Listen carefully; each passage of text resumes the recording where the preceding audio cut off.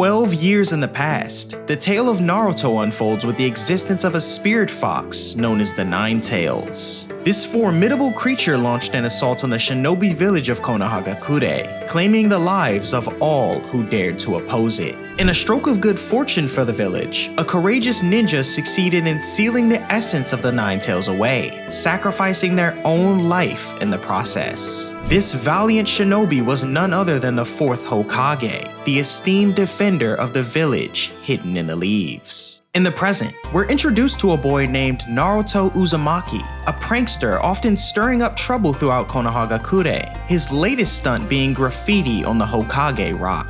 A person introduced as Lord Hokage is alerted by a few of the village residents and questions if Naruto is causing another outrage. Outside, Naruto loses two of the men chasing him, soon confronted by a ninja named Iruka, Naruto's sensei, who tells him to return to class. Back in class, Naruto sits in front of the students tied up as Iruka sensei yells at the boy, exclaiming that tomorrow his classmates will graduate from the ninja academy, and based on the boy's record in previous years, he's doomed to fail if he doesn't get his act together. Naruto, unfazed, dismisses any attempt at an apology, and Iruka, in response, punishes the entire class by forcing them to review the transformation jutsu. The students are tasked with conjuring a form similar to Iruka's likeness, with a girl named Sakura Haruno performing first. Sasuke Uchiha is next, followed by Naruto. Naruto prepares himself, but instead transforms into a naked woman, much to the surprise of Iruka sensei. The boy calls this move his sexy jutsu, but Iruka yells at him again, warning him once more to stop wasting his time on such stupid tricks. Later that day, Naruto is forced to clean up the mess he made, as Iruka tells him he won't be leaving until every drop of paint is gone. Naruto, however, tells Iruka that it's not like there's anyone waiting for him at home anyway, and a silence falls between the two. Iruka then calls out to Naruto, letting him know that once they're finished here, they can go grab a bowl of ramen together, bringing joy to Naruto, who loves the idea. Night falls, and as Naruto chows down on ramen, Iruka questions him on why he chose to deface the Hokage memorial, and wonders if he knows who they are. Naruto, however, is already aware, stating that in order to become Hokage, you'd have to be the best in the shinobi village, and recounts the actions of the fourth Hokage, who saved them all from doom long ago. Naruto then declares that one day, everyone will be addressing him as Lord Hokage, as he's determined to surpass those who came before him and earn the respect of the entire village. He then changes topics, questioning if he can wear Iruka sensei's headband. Iruka, however, tells the boy no, as the headband represents a badge of adulthood, and you don't get one until you graduate from the academy and become a ninja. The next day, Naruto attends class, where Iruka informs everyone that for their final exam, they'll need to demonstrate the clone jutsu. This news dismays Naruto, as it's his worst technique.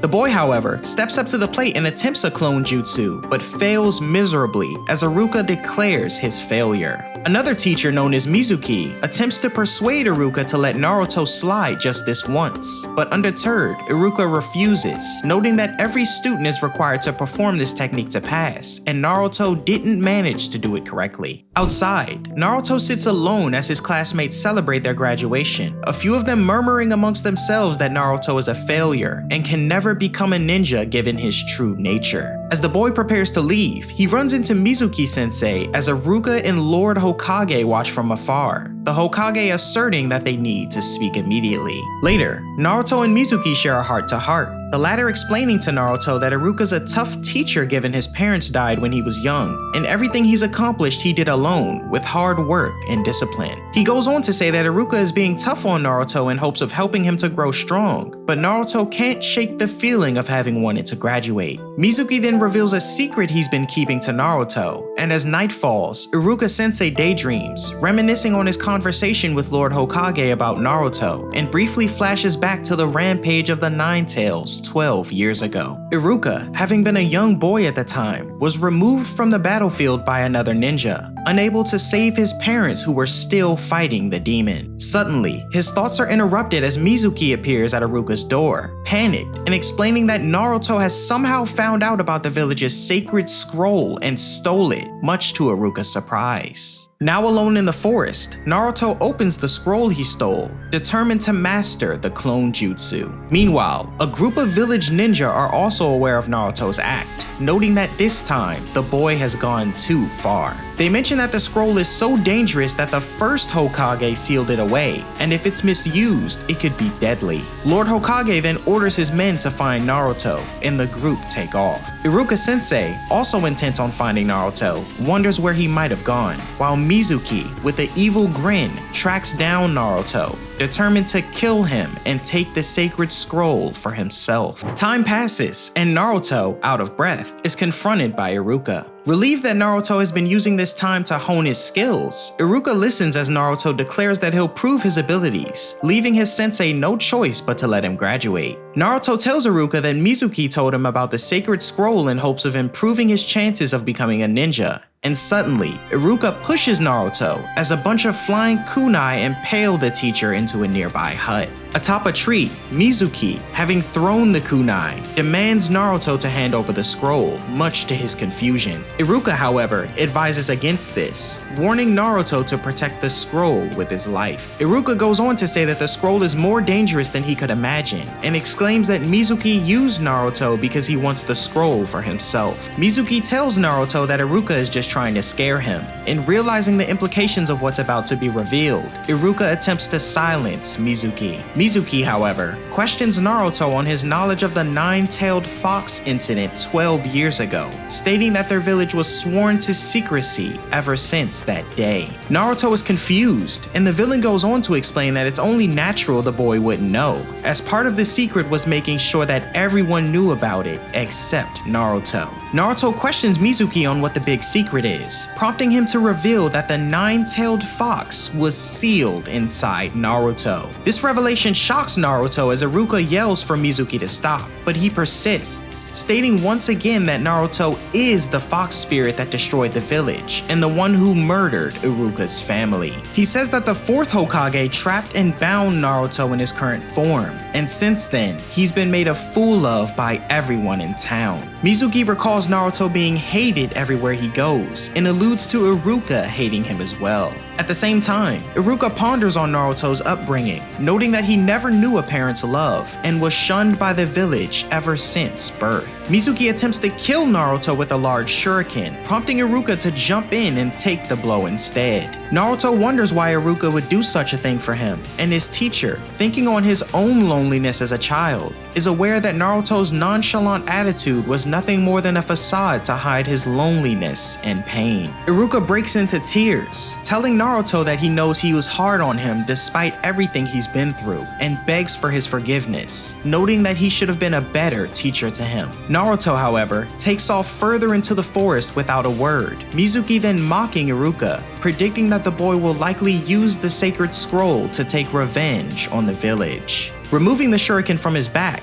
Iruka states that Mizuki doesn't know Naruto at all, prompting the villain to take off after the boy, intent on killing him. Meanwhile, at his headquarters, Lord Hokage watches Naruto with his crystal ball jutsu, noting that the power of the Nine Tails may begin to come forth. He begins to worry about not only the possibility of the fox spirit escaping, but what may happen with the sacred scroll in Naruto's possession simultaneously. Back in the forest, Iruka catches up to Naruto and demands the scroll, but without uttering a word, Naruto launches from a branch and lands a punch on his sensei, sending him flying. Out of breath, Naruto lands as Iruka questions what's wrong, but Iruka turns out to be Mizuki having used the transformation jutsu, and Naruto is revealed to be Iruka, who's done the same. The real Naruto hides behind a tree while the two confront one another, Mizuki wondering why Iruka would go through such great lengths to protect Naruto. Mizuki states that with the scroll in his possession, he can achieve limitless power, and with Naruto's demon within him, Iruka was right to despise the boy. Overhearing this, Naruto grows disappointed to learn that his sensei truly does hold him in contempt. However,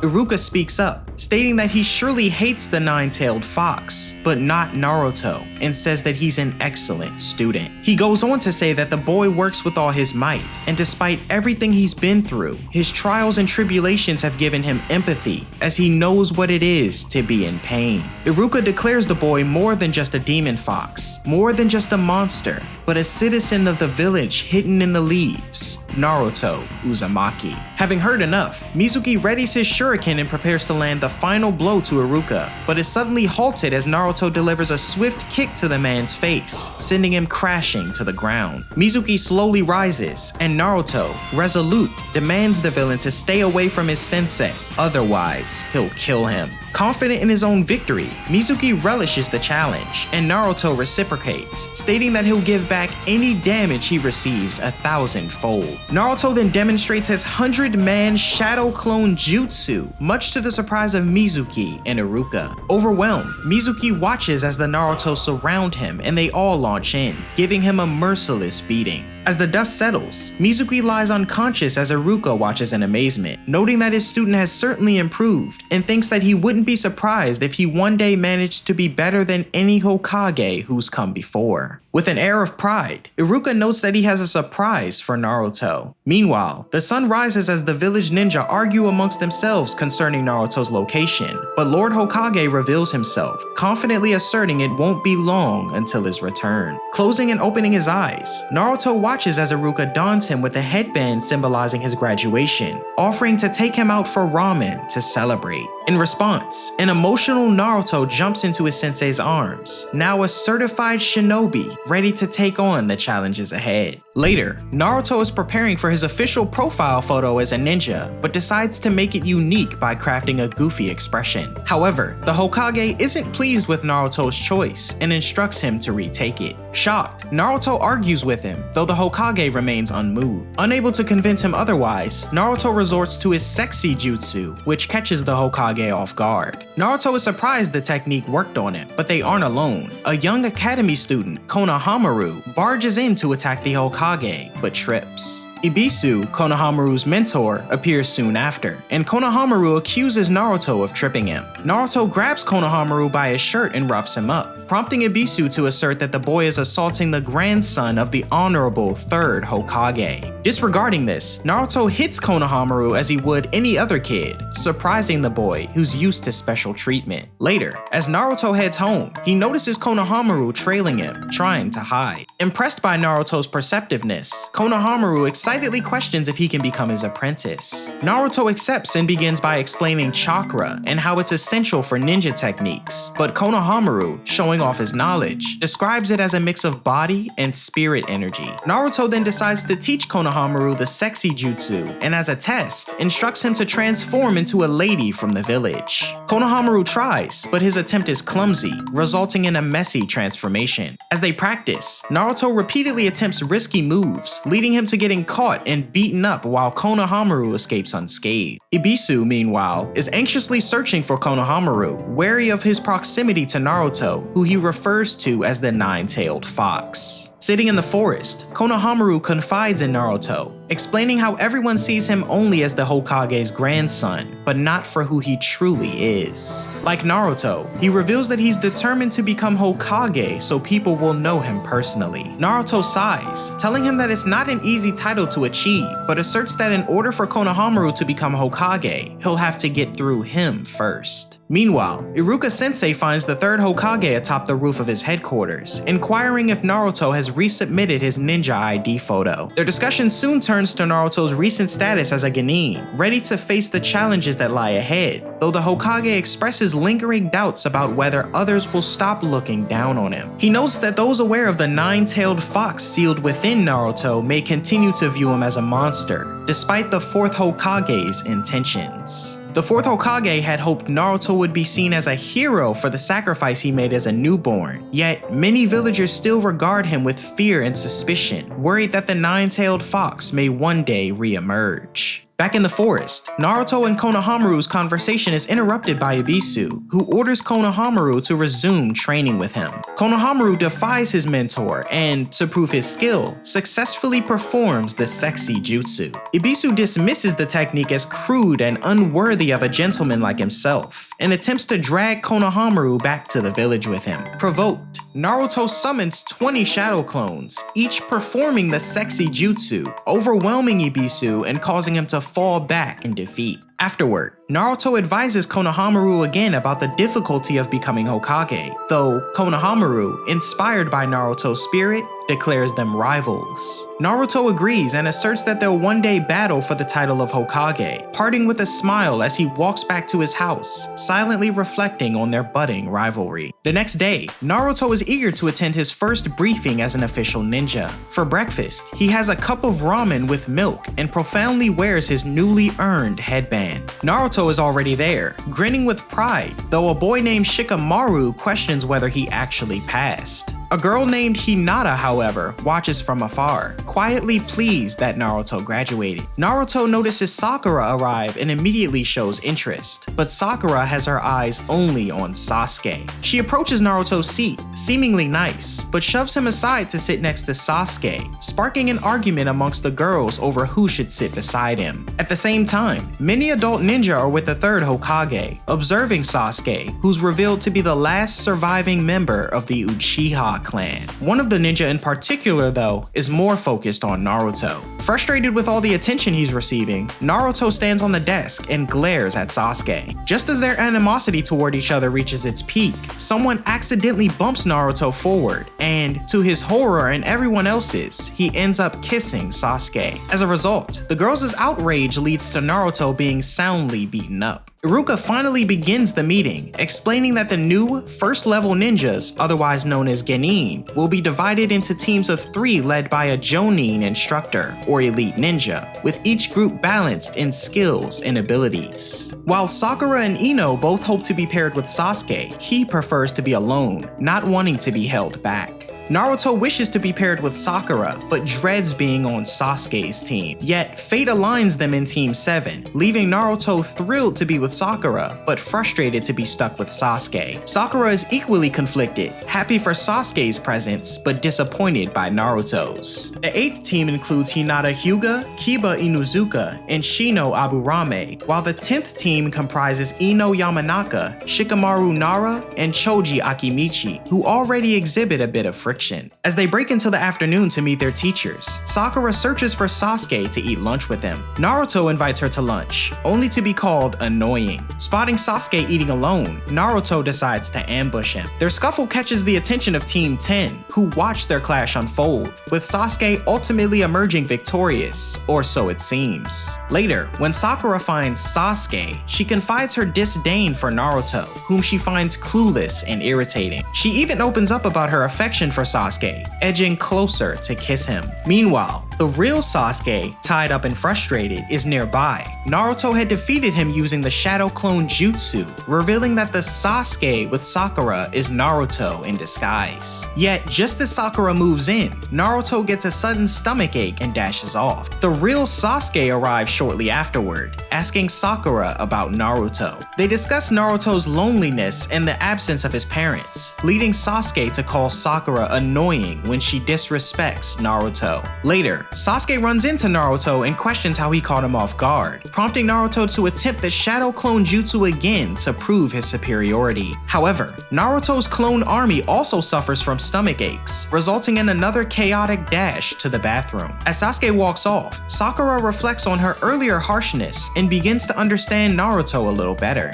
Naruto, coming back from the bathroom and mistakenly thinking Sakura is Sasuke trying to fool him, readies himself to attack, but quickly dashes off once more as another stomach ache hits him. At Naruto's house, the Hokage and fellow ninja discover the source of his trouble. The milk Naruto drank at breakfast was expired, explaining all his unexpected stomach aches throughout the day. Later in the classroom, Naruto, Sasuke, and Sakura wait impatiently as Naruto exclaims that all the other teams have already left with their teachers. Even Iruka has departed, yet their instructor is still nowhere to be found. To pass the time, Naruto decides to set up a prank at the door, prompting Sakura scolding, though she secretly cheers him on. Sasuke skeptically remarks that a Jonin would never fall for such a simple trick, but when their teacher finally enters, he does indeed set off the prank. Introducing himself as Kakashi Hatake, he dryly states that his first impression of the group is that they're idiots. Kakashi tries to foster some team connection by prompting introductions, asking each of them to share their likes, dislikes, dreams, and hobbies. However, he shares little about himself, only giving his name and withholding other details. Naruto eagerly jumps in,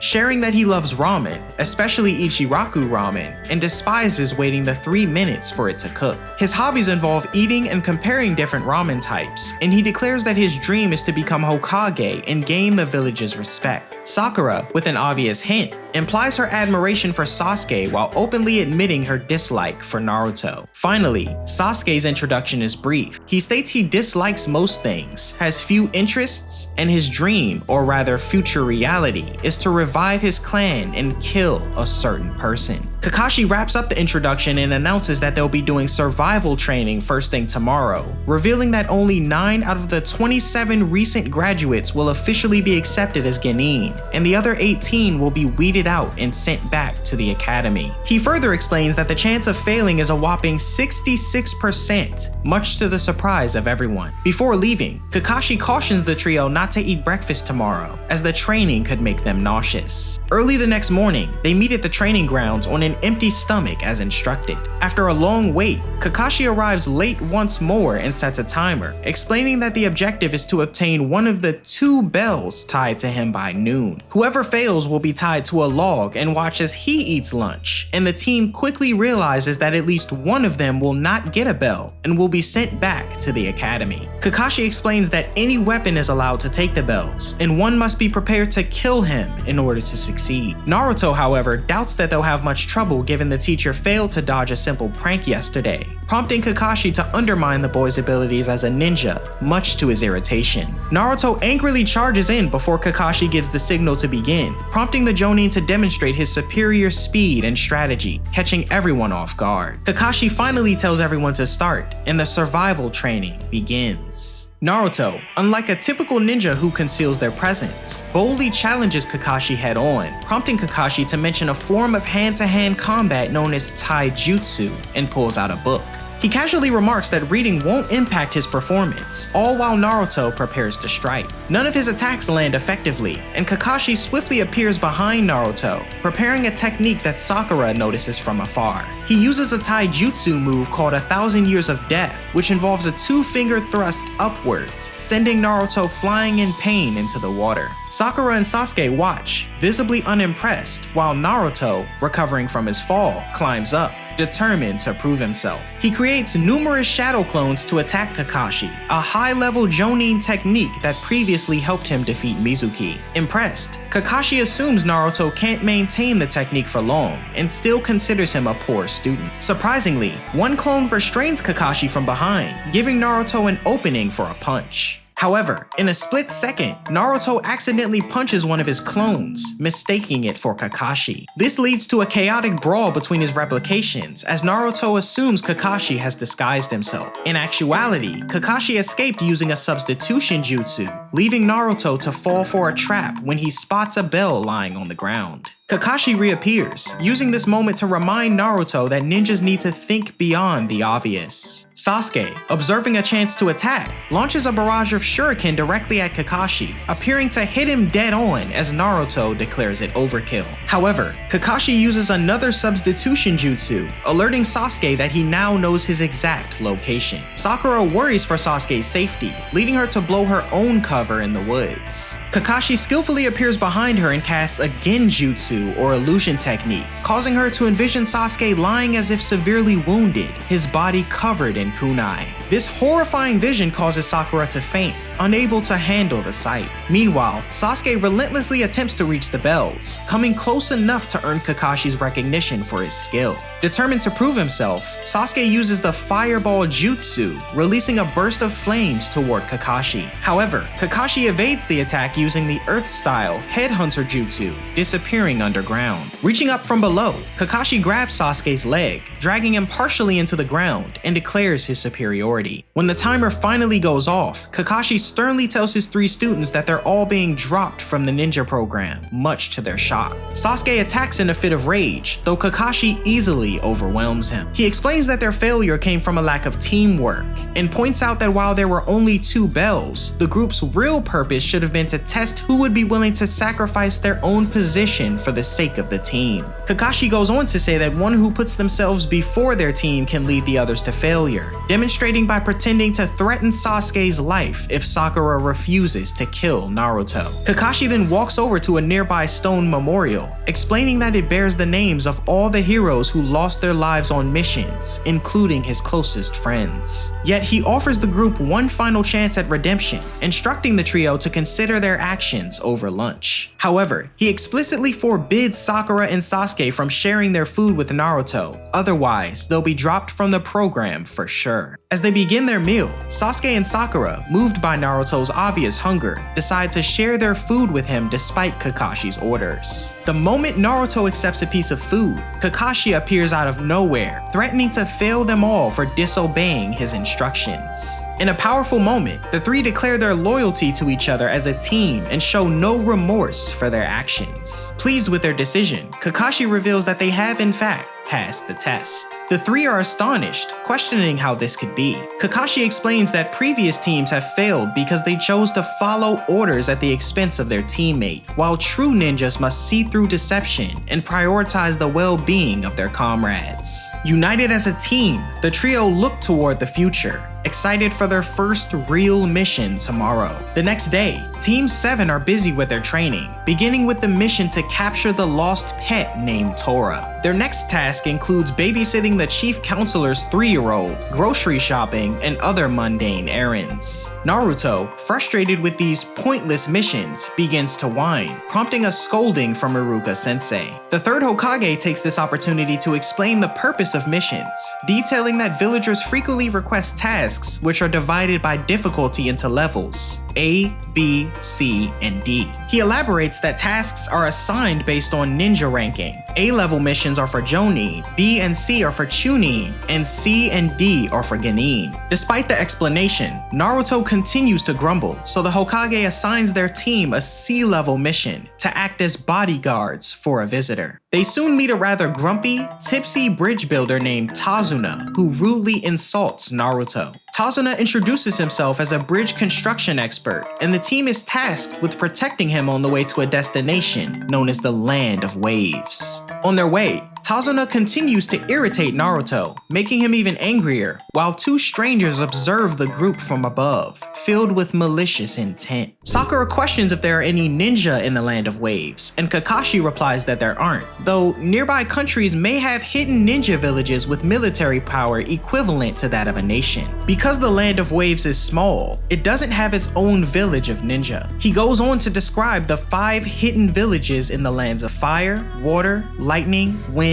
and earth, the so-called 5 great shinobi nations. The Land of Fire has the village hidden in the leaves. The Land of Water has the village hidden in the mist. The Land of Lightning, the village hidden in the clouds. The Land of Wind, the village hidden in the sand. And the Land of Earth, the village hidden in the stones. Each village hidden is ruled by a leader called Kage, which means shadow, solidifying these powerful figures as the shadows that reign over thousands of ninja. Later on the journey, the 2 strangers from earlier suddenly emerge from their hiding spots and capture Kakashi-sensei with chain weapons. They appear to have killed him and target Naruto next, though Sasuke jumps in and manages to destroy the chain with impressive precision. The enemies shift their focus on Tazuna next, but Kakashi reappears unharmed, having used the substitution jutsu to escape. He swiftly captures the attackers, apologizing to Naruto for not saving him sooner, though he wasn't expecting him to be so scared in such a critical moment.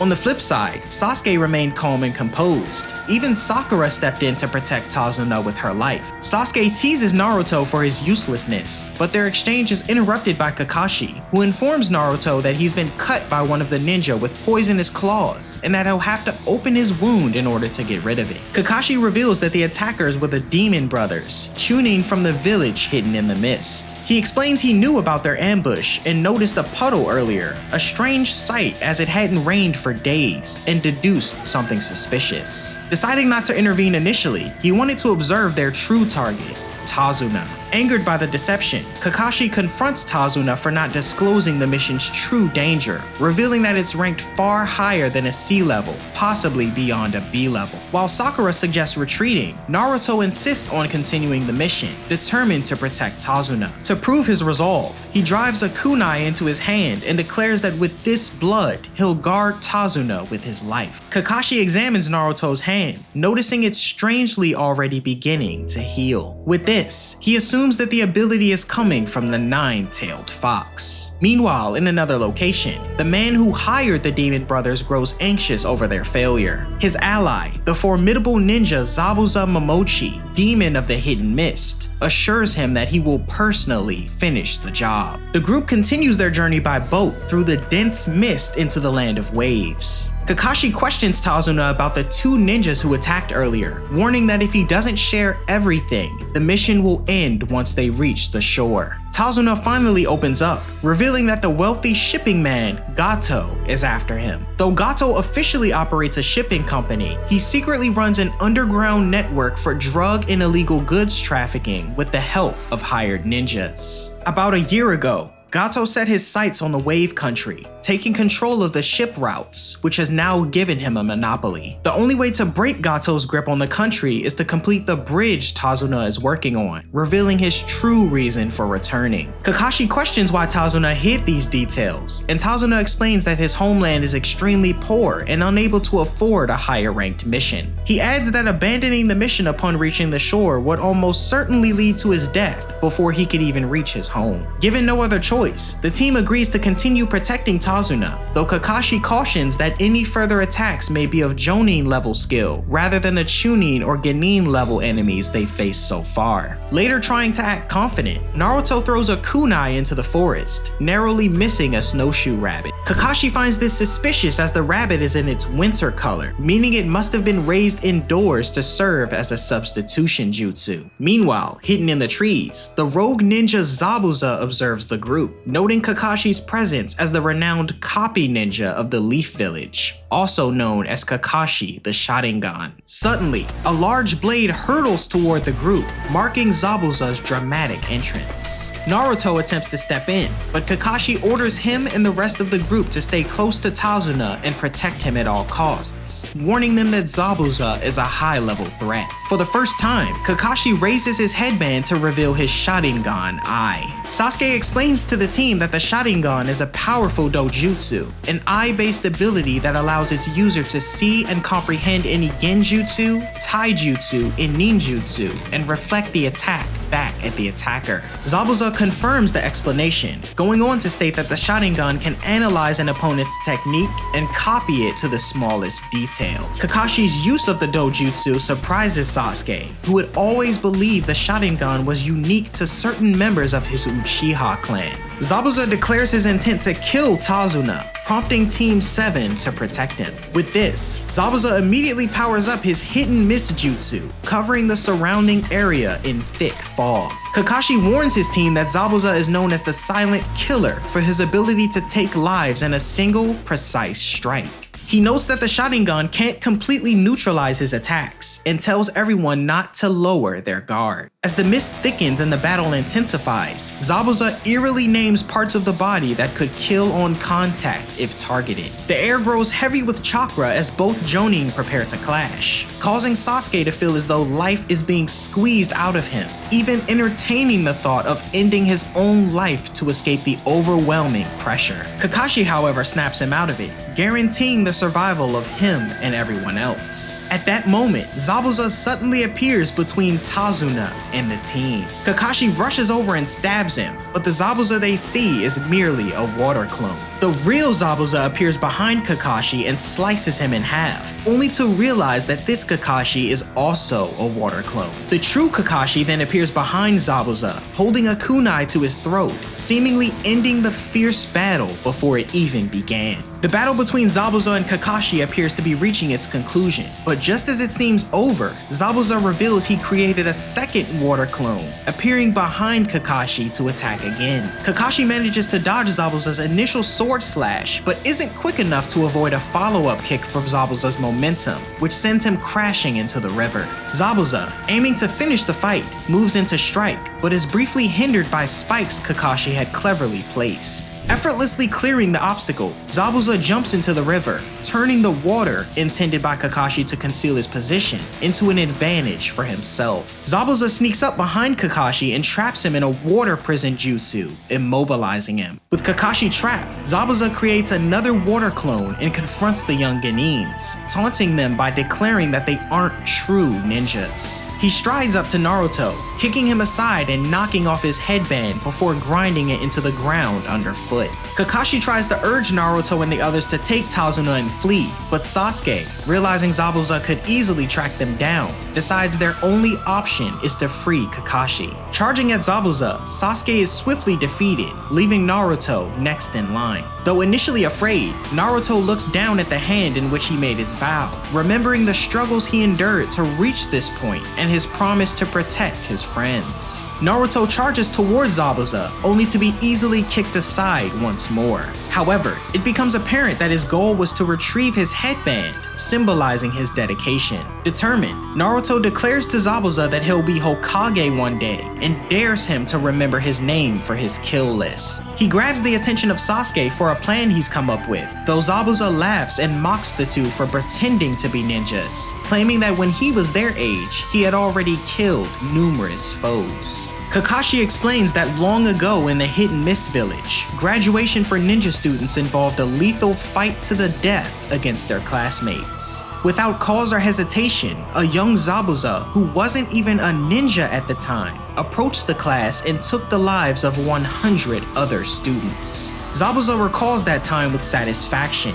his memories of it seemingly a source of pride. In a sudden move, Zabuza attacks Sasuke, tackling and pinning him down. Naruto tries to help by using the multi-shadow clone jutsu, but is effortlessly overpowered. While sliding across the ground, Naruto throws Sasuke a demon wind shuriken, which was part of his plan all along. Sasuke seizes it, hurtling it toward the real Zabuza, who catches it mid-air with ease. Unbeknownst to him, a second shuriken hides within its shadow, and as it sails toward him, Zabuza nearly avoids it by leaping. The shuriken then transforms, revealing Naruto, who throws a kunai directly at Zabuza. The kunai sails precisely through the narrow gap between Zabuza's hand and Kakashi's water prison. Zabuza instinctively pulls his hand away, releasing Kakashi from his trap. In a fit of anger, Zabuza attempts to kill Naruto with the real shuriken he holds, though Kakashi cuts in, taking on the impact of the weapon with his hand.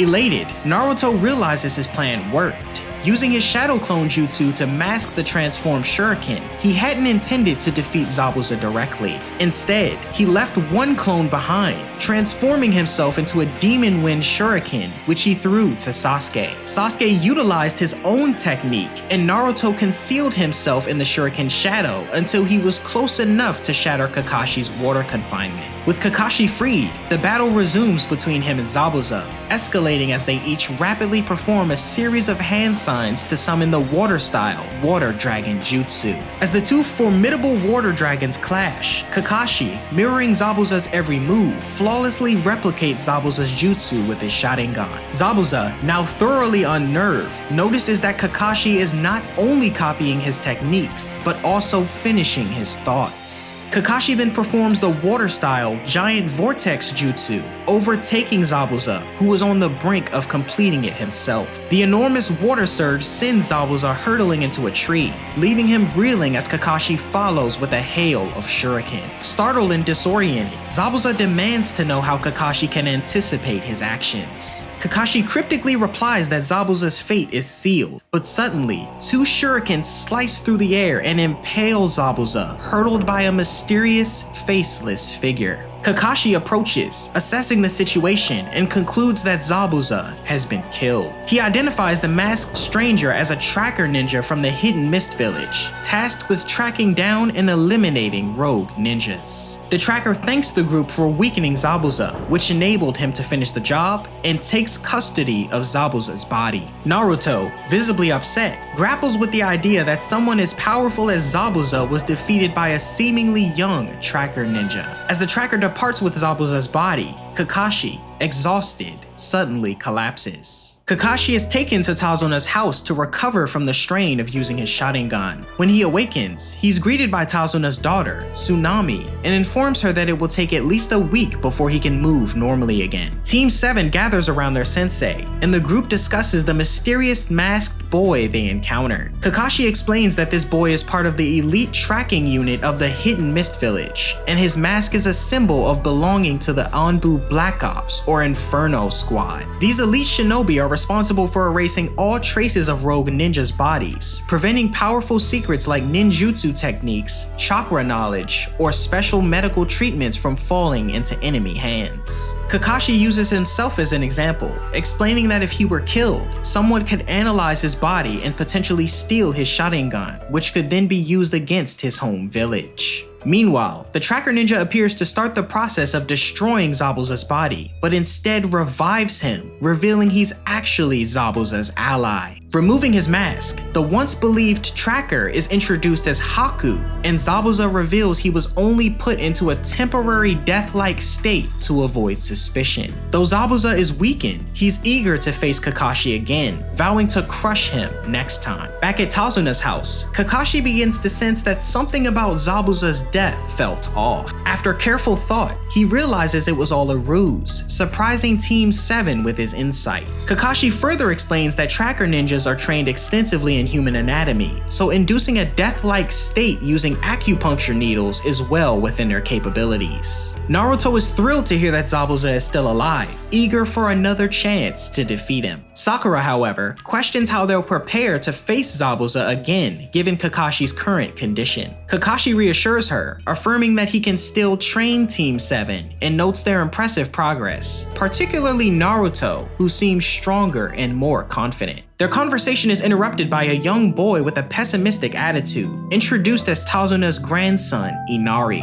Inari insists they'll be defeated by Gato and his men, prompting Naruto to declare his ambition to become Hokage. Unimpressed, Inari tells them all to return home before leaving the room. Naruto, frustrated, follows Inari, but stops upon seeing him tearfully gazing at a photo, seemingly mourning his father. Later, Team 7 begins training in the woods, starting with a review of chakra, the essential source of a ninja's power. Sakura explains that chakra is the life energy a ninja channels for jutsu and exists in two forms: physical energy found in the body's cells, and spiritual energy, the core source that grows through training and experience. When these two energies are combined and precisely balanced, chakra can be focused and released for jutsu through specific hand signs. Naruto assumes they've already mastered chakra, but Kakashi clarifies that they've barely begun to grasp its true potential. He explains that without mastering balance and control over the chakra within themselves, any amount they release would be ineffective. He emphasizes that controlling chakra must become second nature, achievable only if they're willing to commit wholeheartedly and be prepared to risk their lives in the process. To help them develop chakra control, Kakashi suggests a unique exercise: climbing trees without using their hands. He demonstrates by effortlessly walking up a tree, even in his weakened state. Kakashi explains that by channeling a precise amount of chakra to a specific point in their bodies, Team 7 will master a technique that challenges even highly skilled ninja. Tossing a set of kunai at their feet, he instructs them to mark the highest spot they reach on the trees as they climb hands-free, challenging them to exceed their previous marks each time. As the training begins, Naruto struggles, failing on his first attempt, while Sasuke, despite some difficulty, manages to make a respectable mark.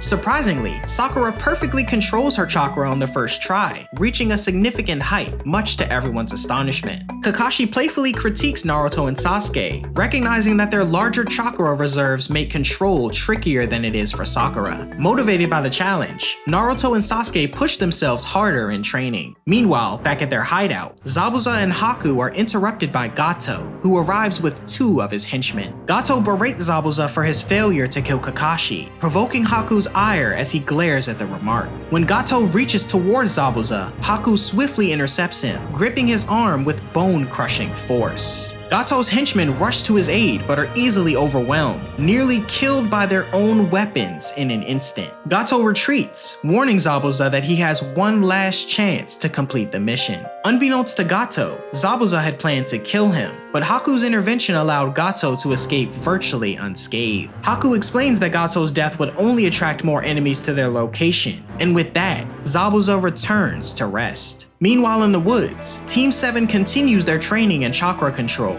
each of them bearing signs of exhaustion. Naruto finally questions Sakura for tips on how she was able to climb so high, catching Kakashi's attention. Kakashi notes that Naruto is beginning to understand the bigger picture, and realizes that his chakra reserve surpassed Sasuke's, and even his own. Later, Sakura, who has already completed her phase of training, is assigned to watch over Tazuna for the day. As she observes Tazuna, one of his employees decides to quit bridge building, worried about his safety. Tazuna, however, refuses to abandon his work, explaining that he believes this bridge will bring much needed hope and relief to their home. Meanwhile, Naruto and Sasuke persist in their efforts to focus chakra into their feet as they attempt to climb the trees, each determined to succeed. Sakura follows Tazuna to shop for dinner and is struck by the sight of the sparsely stocked stores. When a young child approaches her, hungry and asking for food, Sakura shares some of her provisions. Tazuna reveals that this scarcity and hardship have become widespread since Gato arrived, causing turmoil and suffering. He expresses his conviction that finishing the bridge will revive the city, restoring it to its former state. Back in the woods, Naruto tries to follow Sakura's earlier advice, remaining calm, focused, and patient before attempting his climb. He's interrupted by Sasuke though, who insists on knowing what advice Sakura shared with Naruto, but Naruto refuses to tell him. Later, as dinner begins back at the house, Naruto and Sasuke turn their meal into a friendly competition. Sakura, noticing their behavior, urges them to stop and questions Tazuna about a torn picture on the wall. This prompts Inari to grow emotional, leaving the room in a hurry. Tazuna then explains Inari's story, sharing the tale of the boy's non-biological father. About 3 years ago, Inari had been bullied by other kids, who went as far as throwing his dog into a river. Unable to swim, Inari tried to save his dog, but he himself was pushed in by the other kids, nearly drowning before passing out. When he regained consciousness, he found himself in the presence of a man named Kaiza, who had rescued him and fed him, advising Inari to live a life without regret. Kaiza taught Inari that if one has something valuable to protect, they should be willing to put their life on the line for it. Over time, Inari and Kaiza developed a deep father-son bond. Not long afterward, part of the town was on the verge of destruction from a flood. Kaiza selflessly jumped into the river, using only a rope to secure himself and save the town, quickly becoming a local hero. However, Gato soon arrived and seized control, instilling fear throughout the entire village. Kaiza was the sole person brave enough to confront him, but he was quickly overpowered by Gato's henchmen. Tragically, Kaiza was later executed in front of his own community, his death used as a warning to spread terror among the people. Inari had to witness the heartbreaking event, and this left a lasting impact on him. Understanding Inari's pain, Naruto resolves to prove to him that real heroes still exist in the world. The next day, Haku's gathering medical herbs in the forest and stumbles across Naruto, who's asleep from exhaustion after intense training. Haku recognizes the boy from his first battle with Zabuza and approaches him. At Tazuna's house, Sakura and Tsunami express concern about Naruto spending the night alone in the dark, but Kakashi reassures them that he'll be fine. Sasuke then leaves abruptly, mentioning he's going for a morning walk.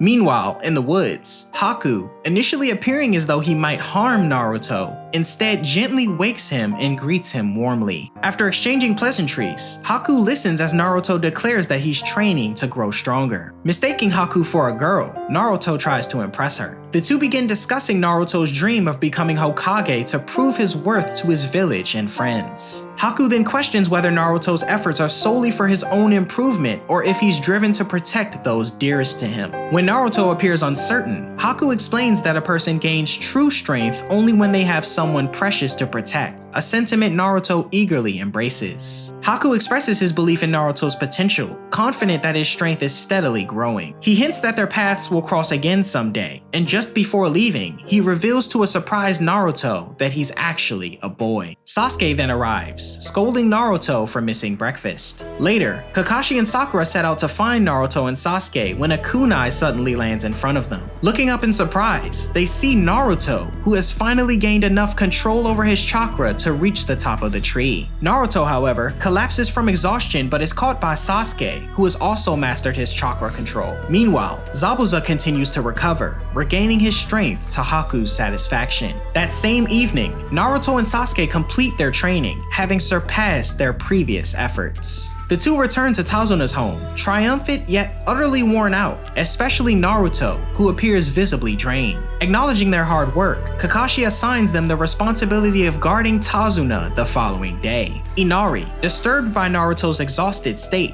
interprets it as a pointless struggle against Gato and his men. Remembering Kaiza, Inari tearfully tells Naruto he only thinks he can win because he hasn't suffered as he has. In response, Naruto calls Inari a coward and leaves the table. Later that night, Kakashi gently explains to a saddened Inari that Naruto didn't mean to hurt him. He shares that Naruto is an orphan who's endured more than Inari realizes, understanding his pain as well. The next day, Team 7 accompanies Tazuna to the bridge, allowing Naruto to stay behind and recover from his intense chakra training. Tsunami expresses concern for Kakashi's well-being, but he reassures her that he'll be alright, and the group sets off. Shortly after, Naruto wakes up, eager to catch up with his teammates and heads off, but he soon notices something unusual in the woods. Meanwhile, at the bridge, Tazuna and Team 7 find the remaining workers beaten and unconscious. At the same time, two of Gato's henchmen arrive at Tazuna's house. Suddenly, a dense fog envelops the bridge, and the group is confronted by Zabuza, who has returned for another showdown. Sasuke quickly eliminates Zabuza's water clone jutsu, revealing the real Zabuza and Haku standing before them, ready for battle. Sasuke, angered by Haku's deception days ago, chooses to face him in battle. Zabuza issues a command, and Haku begins spinning towards Sasuke with the force of a tornado. Meanwhile, at Tazuna's house, Gato's henchmen take Inari's mother hostage, threatening Inari as well. Tsunami begs the henchmen not to harm her son, and they agree, provided she cooperates. Helpless and furious, Inari recalls Naruto and Kaiza's words, strengthening his resolve. He boldly emerges from his house, demanding the two release his mother, and charges at them as they draw their swords. Back on the bridge, Sasuke and Haku continue their intense battle. Haku claims that he has two advantages over Sasuke. He has one of the ninja's hands occupied, and water also covers the ground. Haku then activates his secret jutsu using a single hand, 1,000 needles of death, prompting the water to create a spray of sharp needles. Sasuke concentrates and remembers his training, while at Tazuna's home, a substitution jutsu was used. Naruto arrived just in time, having used the jutsu to save both Inari and his mother. He explains that he anticipated the henchman's arrival by following clues along the way, as he discovered an attacked boar in the woods and cuts in the surrounding trees. When they attempt to attack him, Naruto easily overpowers and knocks them out. This act of heroism fills Inari with joy, bringing laughter to him for the first time since Kaiza's death. Back on the bridge, Sasuke responds to Haku's attack by releasing his chakra to defend himself. He continues to evade Haku's attacks, even managing to land a hit, kicking Haku. Meanwhile, after tying up the henchman, Naruto apologizes to Inari for calling him a coward and tells him that it's okay to cry as long as it brings relief. He tells Inari to be strong while he heads back to the bridge, and Inari agrees. As Haku regroups, he begins his secret jutsu, Crystal Ice Mirrors, forming a circle of ice mirrors that surround Sasuke.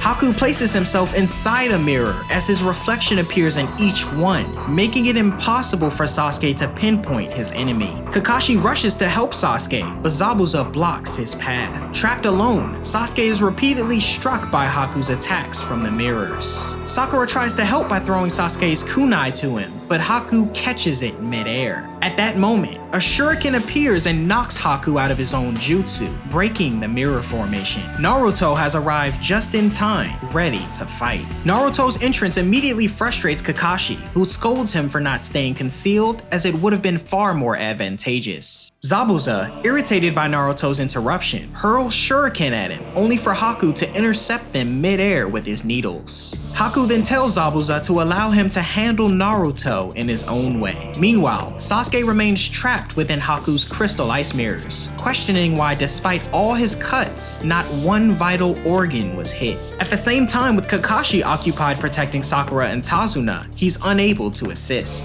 As Haku speaks to Naruto, apologizing for his deception, Sasuke seizes the opportunity to throw a kunai at him, drawing Haku's attention back to himself. Submerging into the mirrors, Haku resumes his assault. Kakashi instructs Sasuke to attack the mirrors from within, while Naruto attacks from the outside to better understand the jutsu's mechanics. Instead, Naruto impulsively enters the icy prison, prompting Sasuke to exclaim that now they're both stuck. Sasuke then tries to melt the mirrors using his fire-style fireball jutsu, but the flames aren't powerful enough. In response, Haku attacks both Naruto and Sasuke, exclaiming the two will never learn the secret behind his technique. Naruto follows up by creating a shadow clone to smash the mirrors simultaneously, but Haku emerges from the mirrors, quickly dismantling them. Haku explains that his mirrors only reflect his image, allowing him to move at the speed of light, making Naruto and Sasuke appear as if they're moving in slow motion. This revelation triggers an insight in Kakashi, who realizes that Haku possesses a Kekkei Genkai, a rare DNA trait that enables certain clans to perform unique techniques. He notes that, like his Sharingan, this power cannot be learned, it must be inherited. With this in mind, Kakashi understands that even he cannot copy Haku's jutsu, leaving no apparent way to destroy it or stop Haku's attack. Refusing to give up, Naruto declares that his dream of becoming Hokage won't end here. In response, Haku reveals that he never desired to become a shinobi and dislikes killing his opponents. Yet, for the sake of Zabuza and his own dreams, he will do whatever it takes to secure victory. Sakura tries to motivate Naruto and Sasuke, but Kakashi advises her to let them be, explaining that while both possess a drive to win, neither has the instinct to kill. Zabuza agrees, claiming that Haku will emerge victorious because he thrives on pain, able to take lives without remorse or hesitation, having severed any emotions in his own heart. Zabuza lunges at Kakashi, attempting to stab his eye to prevent the use of his Sharingan, but Kakashi blocks the strike. He asserts that Zabuza is the only man alive who's seen his Sharingan twice, and there won't be a third time. Zabuza smugly states that even if he were defeated, Kakashi wouldn't stand a chance against Haku. He explains that, after discovering Haku as a young boy, he personally trained him in nearly all his jutsu, adding that Haku's techniques now even surpass his own. Inside the mirror prison, Naruto continues creating shadow clones, though they're swiftly defeated. However, Sasuke begins to follow Haku's movements more closely. As Naruto replicates a third time, Sasuke kicks water into the air, hoping to track Haku's position, but the attempt fails. Undeterred, Sasuke considers other possible methods. Outside, Kakashi prepares to use his Sharingan, and Zabuza reveals that during their previous fight, he wasn't actually struggling, as he had Haku hidden in the trees, observing everything. He explains that Haku can usually devise a counter after witnessing a jutsu once, meaning the same approach won't work twice against him. With that, Zabuza shrouds himself in the hit-and-miss jutsu, while Sakura continues guarding Tazuna. Back in the icy mirror prison, Naruto creates more clones, and this time Sasuke uses fire to track Haku. When Haku targets Naruto, Sasuke manages to graze him with his fireball jutsu, slightly injuring him. As Kakashi continues to block Zabuza's assaults, Zabuza accuses him of relying too much on his Sharingan. He explains that during their last fight, Kakashi's Sharingan tricked him into believing he was reading into the future. Once Zabuza was disoriented, Kakashi used a hypnotic genjutsu with his Sharingan to control Zabuza's movements and finish them first. Now that he understands this, Zabuza plans to counter by keeping his distance and shutting his eyes, leaving Kakashi with no way to use his Sharingan effectively. As an expert in silent killing, Zabuza asserts that he now holds the advantage. Inside the ice prison, Haku is puzzled that Sasuke was able to anticipate his movements. He prepares his next attack, dismissing it as mere luck on Sasuke's part. Sasuke urges Naruto to escape, aiming to have him attack Haku from the outside. As Naruto attempts to flee, Sasuke unleashes a fireball jutsu, nearly hitting Haku as he throws Naruto back inside. They attempt the strategy again, but Haku intercepts and strikes Sasuke directly. Naruto also comes under attack.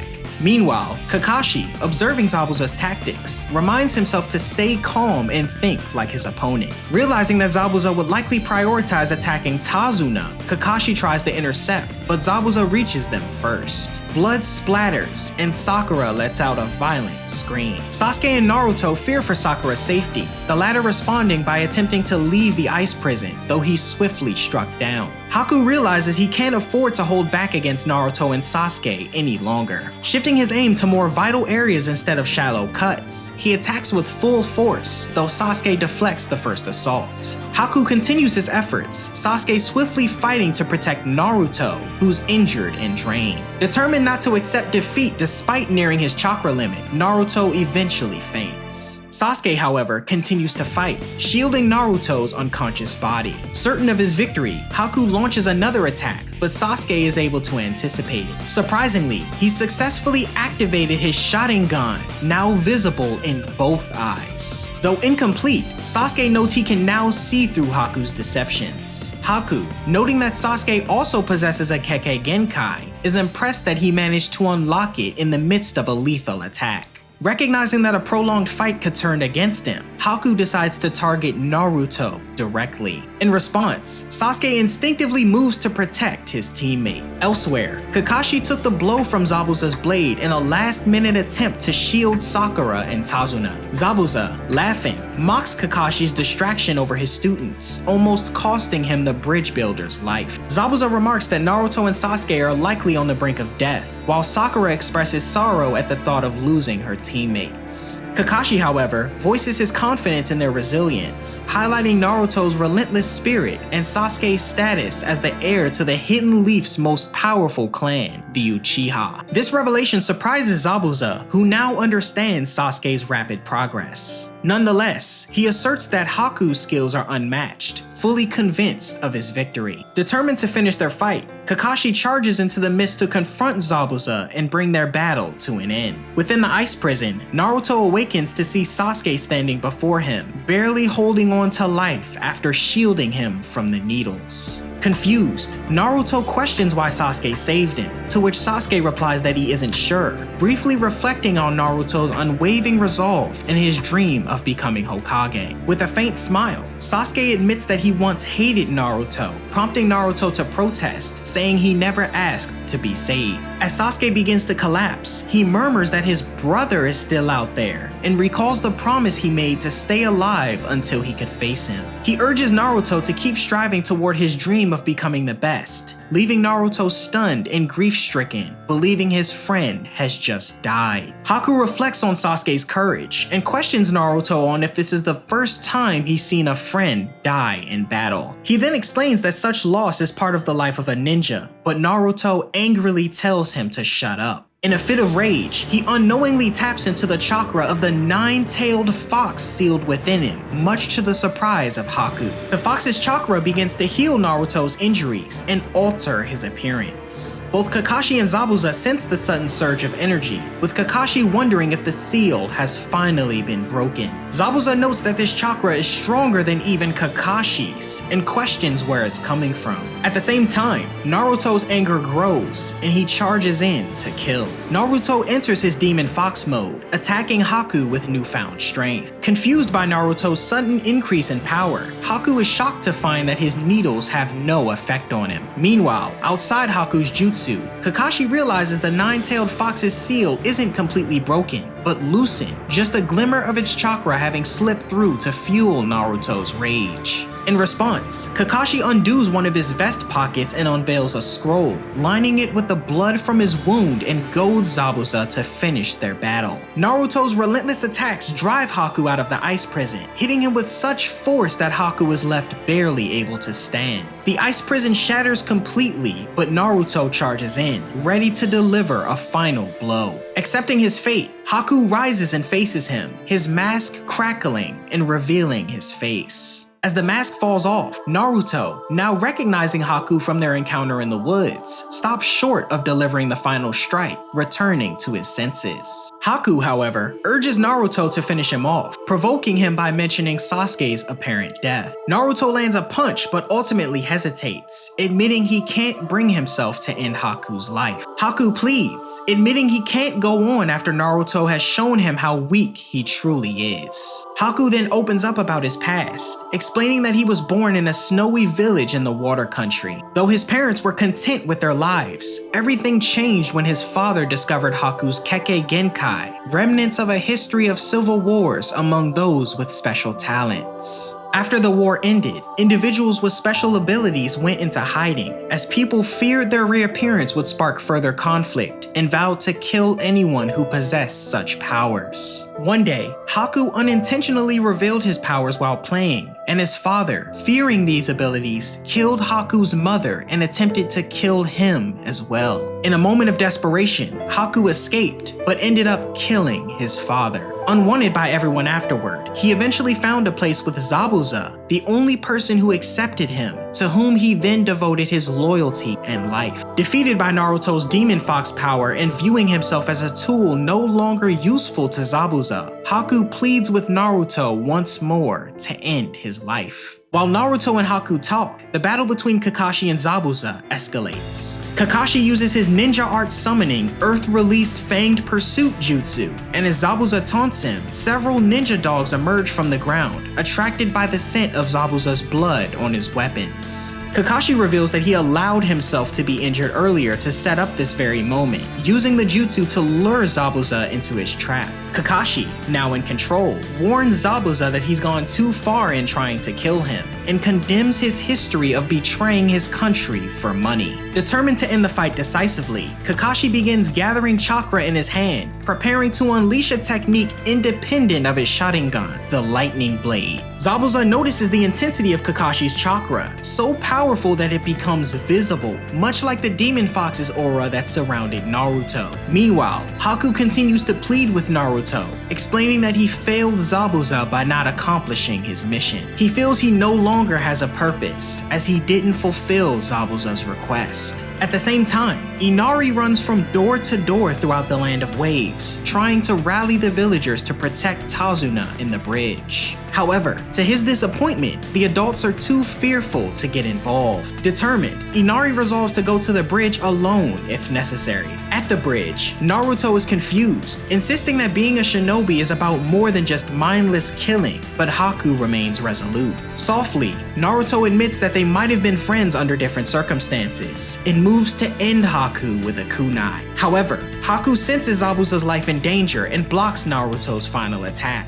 Declaring he's not ready to die just yet, Haku rushes to Zabuza's side, arriving just in time to take the full impact of Kakashi's lightning blade. Back in the village, Tsunami tries to stop Inari, telling him he's too young to fight, but his determination to protect his village reminds her of Kaiza, surprising her. Inari heads out to defend the bridge, but finds a crowd of villagers waiting to join him. On the bridge, the mist clears, and Naruto is shocked to see that Haku has died, shielding Zabuza from Kakashi's attack. Zabuza, however, is unfazed by Haku's sacrifice and attempts to slice through both Kakashi and Haku with his sword. Kakashi dodges the blow with Haku in his arms and, seeing Naruto's anger, tells him to stay back as he prepares to continue the fight. Sakura calls out to Naruto, relieved to see that he's safe, but questions where Sasuke is. Naruto, unable to respond directly, hints at Sasuke's death, shocking both her and Kakashi. As Zabuza charges at Kakashi again, their fight resumes. resumes. Tazuna accompanies Sakura to Sasuke's body, and though she tries to maintain her composure as a shinobi, she breaks down in tears upon seeing Sasuke lying cold and lifeless. Kakashi easily gains the upper hand over Zabuza, having already disabled one of his arms with a kunai. Zabuza charges forward, but Kakashi deflects him and appears behind him, noting that Zabuza is weakening and lacks an understanding of what true strength really is. Kakashi disables Zabuza's other arm and declares victory for himself. Just as the battle seems to be over though, Gato arrives with a large group of hired thugs, coldly informing Zabuza that he's disappointed with his work. He tells the ninja that he'll be executed today on the bridge and taunts him in his weakened state. Zabuza apologizes to Kakashi, explaining that their fight must end here as he no longer has a reason to battle him. Gato, showing no respect, steps up and kicks Haku's lifeless body, prompting Naruto to protest loudly, furious that Haku shouldn't be treated that way. Kakashi restrains Naruto, and Zabuza coldly tells the boy that Haku has already died, so it doesn't matter. He tells Naruto that Haku was merely a tool to him, just as he himself was a tool for Gato. Stunned, Naruto can hardly believe Zabuza's words, especially after witnessing Haku's loyalty. Filled with anger, Naruto confronts Zabuza, declaring that Haku cared deeply for him and is outraged at Zabuza's cold response. Naruto's heartfelt speech pierces through Zabuza's hardened exterior, and he's moved to tears. He acknowledges Haku's worth and notes that his heart was breaking in two during their battles, as Haku was always too kind-hearted to become a ruthless killer. Recognizing that he too now feels the same pain and sorrow as Haku did, Zabuza expresses his gratitude that Naruto was the one to be Haku's final opponent. He removes his mask and notes that despite his reputation as a rogue ninja, he's still human and has failed to escape that fact.